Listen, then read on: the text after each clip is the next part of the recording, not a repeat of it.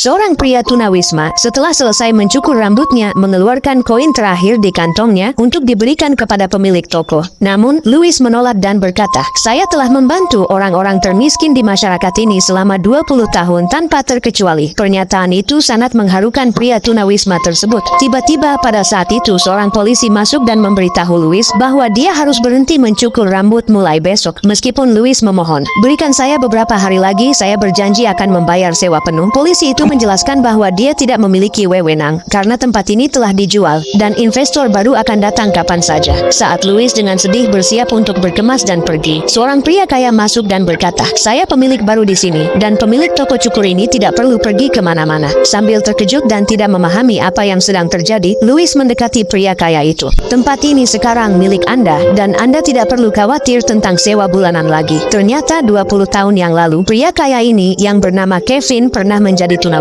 Setelah mengalami sebuah kejadian besar, Kevin kehilangan pekerjaannya dan rumahnya akibat kebakaran. Dia mencoba melamar pekerjaan di mana-mana, tetapi tidak ada perusahaan yang berani mempekerjakannya. Hanya satu perusahaan real estate yang bersedia mempekerjakan Kevin. Namun direktur perusahaan itu memberinya $20 dan menetapkan syarat bahwa pada akhir hari, Kevin harus mendapatkan potongan rambut dan membeli pakaian baru. Kevin menganggap ini sulit karena $20 hanya cukup untuk potongan rambut, tetapi manajer itu berkata, seorang agen real estate yang baik harus bisa menemukan solusi bahkan dengan sumber daya yang paling sedikit. Kemudian Kevin pergi ke toko cukur Louis dengan rasa cemas. Setelah mendapatkan tampilan baru, dia memberikan $20 kepada pemilik toko cukur tersebut, tetapi yang mengejutkan, Louis menolak untuk menerima uang itu dan berkata, "Mungkin Anda lebih membutuhkan ini daripada saya." Tidak hanya itu, ketika mengetahui bahwa Kevin akan menjalani wawancara kerja, Louis juga memberinya pakaian dan kartu nama serta berkata, "Jika suatu hari Anda ingat, Anda bisa mengembalikannya kepada saya." Sejak hari itu, hidup Kevin mulai membaik.